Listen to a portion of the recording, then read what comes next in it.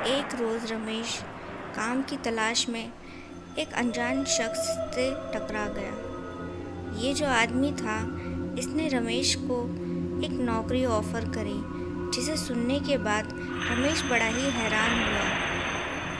रमेश ने कहा, लेकिन इस तरीके का काम किस लिए?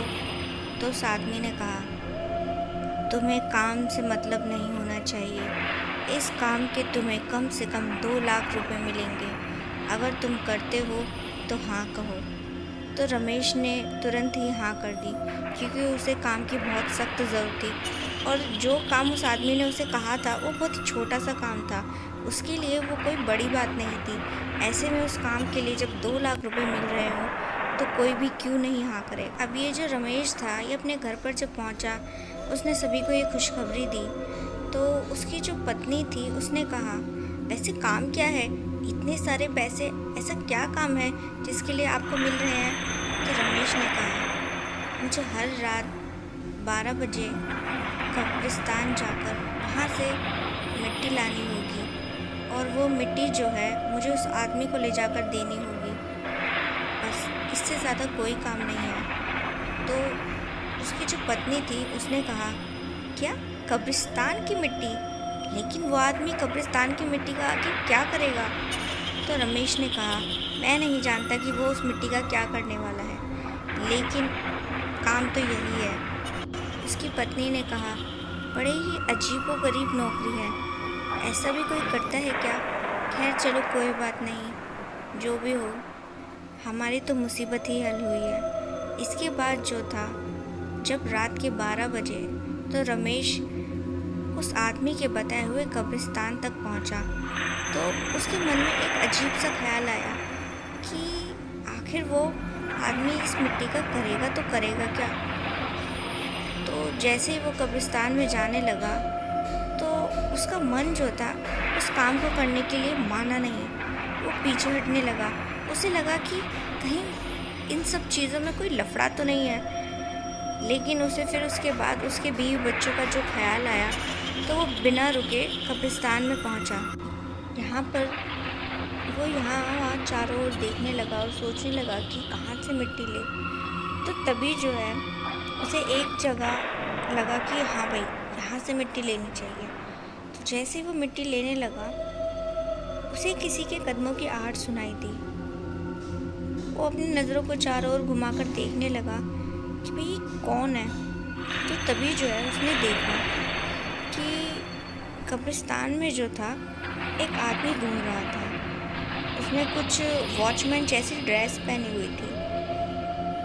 वो हैरान हुआ कि भाई इतनी रात में वॉचमैन यहाँ क्या कर रहा है। तो उसे लगा कि हो सकता है कि ये वो वॉचमैन हो जो कब्रिस्तान की निगरानी करता है।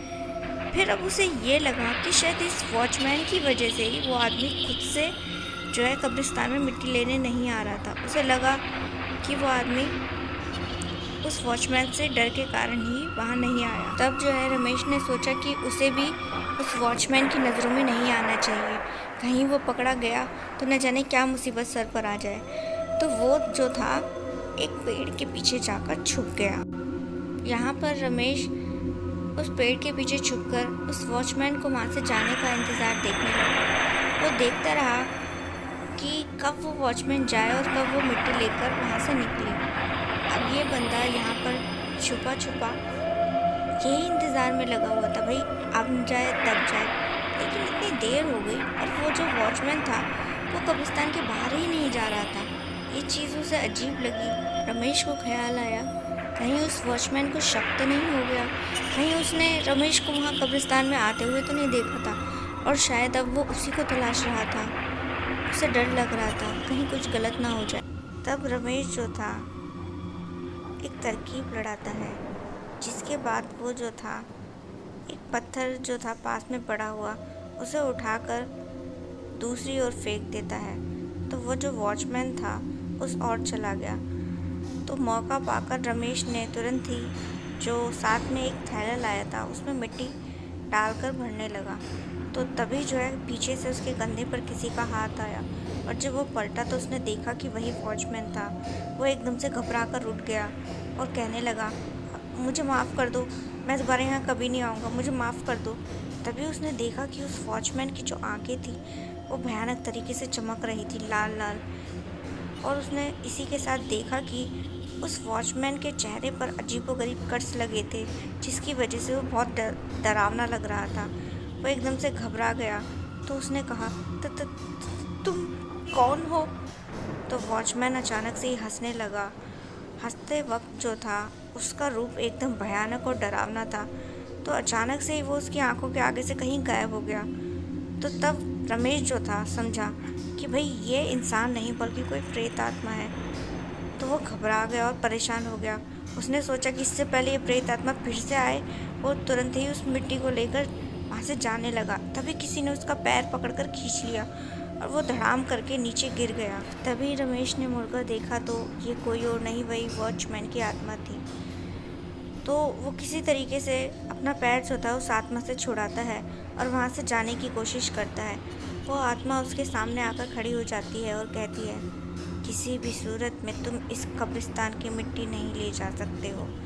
मैं यहाँ का रखवाला हूँ। मरकर भी मैं अपने काम को अंजाम ज़रूर दूँगा। मैं अपनी जिम्मेदारियाँ ज़रूर निभाऊँगा। कोई भी इस कब्रिस्तान से कुछ लेकर नहीं जा सकता। ये मेरी जिम्मेदारी है। और अगर तुम इस कब्रिस्तान से ये मिट्टी लेकर जाओगे तो याद रखना, मैं तुम्हें ऐसा करने नहीं दूँगा। रमेश जान गया कि वो वॉचमैन का जो भूत है वो उससे वो मिट्टी नहीं ले जाने देगा। इसके बाद जो था रमेश ने उस मिट्टी को वहीं छोड़ दिया और तुरंत ही उस कब्रिस्तान को छोड़कर निकल गया। और फिर वहीं जिस आदमी ने उसे ये काम दिया था वो उसके पास जाकर उसके पैसे लौटा देता है और अपनी जान बचने की खुशी मनाता है।